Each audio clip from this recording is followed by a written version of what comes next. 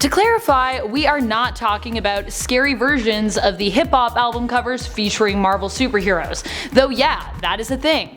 You can get them on vinyl too, check it out. Not like scary versions, just regular versions, FYI. Urban Legends is an initiative dedicated to paying tribute to the best urban music of Universal Music Group, and they teamed up with Marvel to create those variant album covers. So, if you like hip-hop and R&B, there is a fun fact for you.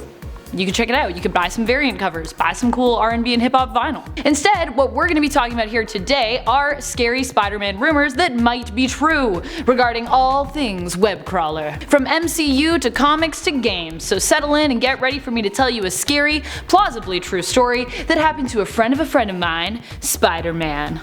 Mwahaha! And don't you dare move till the end of this video, where I will have some bonus content coming your way in the form of comments from a video from the past. Alright, let's talk about the spooky, scary, hypothetical future of the Spider-Man himself as we get counting. Number 10. Vulture plus Mysterio equals plots? Okay, so Quentin Beck would have likely known about Stark tech since he used to work for him, like his all-powerful device, Edith. And if he didn't, he'd probably know someone who knew about it and wanted to help him since Tony has so many enemies. But how did Beck know about Peter? Now you could argue that the information was given to him via Fury, but I would think he'd have to have known before that to determine that the threat would be close enough to have Parker brought in, which implies that he knew it before he even met Spider-Man and knew who he was. Now he could have acquired this info through a leak in Tony's armor, haha, see what I did there? Someone who worked for him but who maybe knew and wanted to share that they knew Spider-Man's secret identity for some reason. Once again, could have been Tony's enemy. I'm pretty sure Tony though would have kept a secret like that far more guarded than any of his others. There is a more frightening option, that Mysterio somehow got the info out of Vulture, who knows Spidey's identity but so far has appeared to keep it to himself. If Mysterio knew that Edith would likely be passed down to Spidey, he could have been working to build up connections with Spider-Man's enemies in an attempt to get information on him. Are they connected? I don't know. Number 9. Sinister Six. Okay, the scary part of this theory is that although we've all been hoping and praying that our wishes come true and we get a version of the Sinister Six in the MCU, at this point, it would actually likely catch us off guard if we did. Where films like Sony's Amazing Spider-Man 2 out of 2014 and Spider-Man 3 out of 2007 were ruined by an excessive number of villains, if we didn't see the Sinister Six coming and the film didn't push so hard to explain all the intricacies of the group, it would actually be exhilarating to see them just randomly show up. Especially with all the little Easter eggs we've had so far. Sinister Six could be a scary cliffhanger to end the MCU's Spider-Man 3 on, with them showing up at the end and just taking down the hero, making us wonder if he was actually going down for good or if he would eventually get back up. After all, we've had plenty of Spidey death scares in the comics, right? Time to bring those over, come on. I guess we got it in Infinity War, but whatever, shut up. Number 8. Happy becomes Doc Ock. So for us to have a Sinister Six, there is someone we would sorely need, Doc Ock. While Vulture, Mysterio, Electro, and Scorpion have been introduced as Spidey villains, we still have yet to see some of the most iconic Spider-Man villains, like Chameleon, Doc Ock, Sandman, or Green Goblin. While some have speculated that Happy is intended to replace Uncle Ben and end up with Aunt May, it seems more likely that Tony Stark was supposed to step into a surrogate version of his uncle's role. This is highlighted by the fact that Tony died and left a wealth of responsibility to Peter as Iron Man's superhero heir, in a sense. Happy has access to Tony's tech, has a good relationship with Peter that is just begging to be turned sour, and has a thing for Aunt May, all signs that could be pointing to him becoming Doc Ock. But wait a minute, Doc Ock didn't have a relationship with Aunt May, except for that time when he tried to marry her, dun dun dun. Okay, I know that was a ploy to like get a nuclear power plant, but still, I'm counting it. There was chemistry, I saw it in their eyes. Number 7. Kraven the Hunter. Many speculate that Kraven the Hunter will make an appearance in the 3rd installment of the Spider-Man films from the MCU. Tom Holland has already expressed that he would be on board and would be interested in seeing Kraven enter the MCU.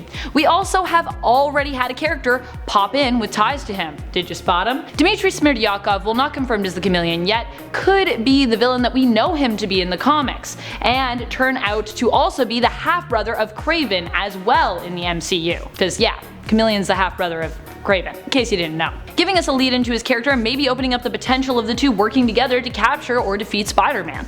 Many have also considered that rather than go with the famous Last Hunt storyline, which while brilliant in comic form may not translate as well to film, that Kraven could have a tie to Wakanda, and that the herbs from Wakanda are somehow tied into what grants him his power, similar to his comic book powers origins. Although he's not taking herbs from Wakanda, but I mean he could be in the MCU. Number 6. Venom tie-in. Many have conferred that Sony's Venom and MCU Spider-Man will never meet due to those who produce them. I mean, if they could have done, I'm sure Sony would have loved to have Peter in their Venom film alongside Brock, as let's be honest, having a Venom movie without Spider-Man is it's kinda weird, especially when it's an origins film.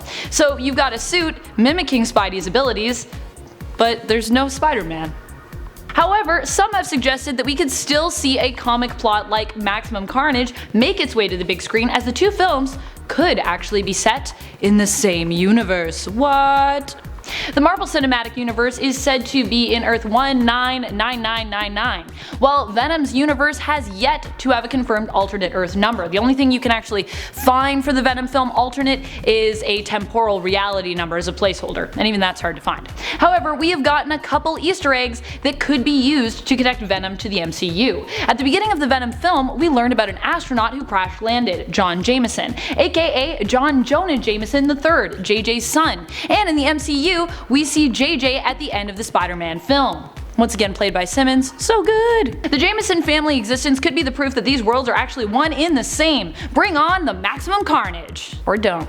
We'll see what happens. Number 5. Ned's Fate. Many think that Ned and Peter have become too good of BFFs in the MCU for Ned to escape a deadly fate. Usually when Peter has people that he really cares about, a lot of them end up in danger and some of them end up dying in the comics. This could either mean in Spider-Man 3 that we might see Ned end up dead, or we may even see the far from home predictions for his character come true, and see him transform into Hobgoblin, becoming closer to his comic book counterpart. Number 4. Kingpin and Daredevil. It's hard to keep a crime boss behind bars for long in the comics due to their amount of connections. They got a lot of connections, which is what some might be thinking when it comes to the Kingpin getting locked away in the Spider-Man PS4 game. Kingpin goes on to promise as he's locked away that the city will be wishing they had him back within a month. And as the game ends with the city being somewhat submerged into chaos, he may just be right. Others have hoped that we may also get to see some other superheroes cameo in the sequel to the game. And if Kingpin does return, who better to make an appearance than Daredevil, the protector of the New York neighborhood known as Hell's Kitchen. Granted, I'm not quite sure if more heroes would even be able to join, since there's still the issue of character rights. Studio ownership is just ruining all of our mashup fun. Stop it. Stop it. Stop fighting over these guys. I want all of them. I want all of them in one game. Not a fighting game. An adventure RPG. Number 3. Never Left. We're gonna go Matrix on this one. So, what if Peter is still stuck in Mysterio's illusion and never escaped it? Dun dun dun! Well, this seems unlikely. It wouldn't be the first time that Marvel took us on a wild ride, especially while compared to the comics. And how would we know that everything around him is actually real? The level of virtual reality Beck was able to produce seemed to be insane. It's completely possible that he just has Parker kidnapped on some kind of soundstage and is making him think everything is fine while he fools the world into thinking that he himself, Mysterio, is actually a hero. And then, maybe Spider-Man's missing. Who knows? Number 2. Kindred. In the comics, a new character has recently revealed itself, Kindred. We don't know much about this character save that they seem to know Peter Parker well enough, affectionately referring to him as Pete, were terrorized by Norman Osborn in their life, and are currently a demon who was once a human soul condemned to hell. Many have guessed who this character could be. Perhaps the baby that Norman Osborn stole from MJ and Peter, or Gwen and Norman's son? If you're shocked that Gwen and Norman have a son together, don't worry, so is the rest of the world. Ick. Some have even guessed that the villain might not be a man at all, but could actually be Gwen Stacy. I personally think a good shocking twist would be that Kindred is Uncle Ben, but it wouldn't really make that much sense though, so. Number 1. Gobnom / Venlin? In the PlayStation 4 Spider-Man game, fans are treated to an end credit scene that is sure to blow off their socks when it is revealed that the Venom symbiote is being used to keep Harry in stasis. We see Norman rest his hand on his son's tank, where he can be seen floating, and see the tendrils of the symbiote reaching back. What does this mean? Many are thinking that we may get to see some insane hybrid of Green Goblin serum and the symbiote together when Harry emerges, and that may be how he recovers, or that his transformation may simply be a result of Norman's desperate but mad attempt to somehow save his son. The closest we've ever seen to something like this would be with Red Goblin, Norman armed with the deadly combo of Carnage and Goblin, and that was already pretty terrifying, so I guess we'll see, but that would be awesome. Thank you so much for watching, Nerd Squad. What are some scary stories that you are hoping come true regarding Spidey in the comics, films, or games?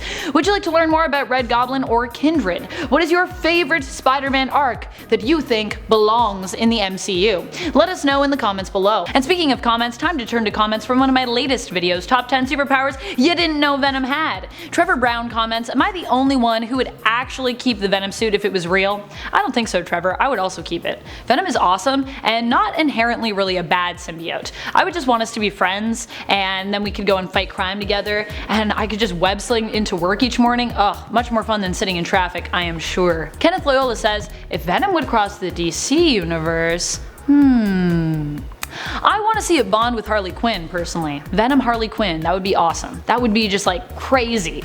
Or maybe Batman. Though I imagine Batman would feel similarly about the symbiote to Spider-Man when it came to using this suit. He never sleeps anyway though, so at least he wouldn't feel as tired probably, or as restless. He's already up at night just running around fighting crime anyways, so Venom would just help him. And that's all the time we have for comments today. Be sure to like, share, subscribe, and ring our bell. Till next time, this has been Top 10 Nerd, and I'm your host Amanda McKnight, reminding you to stay nerdy, YouTube.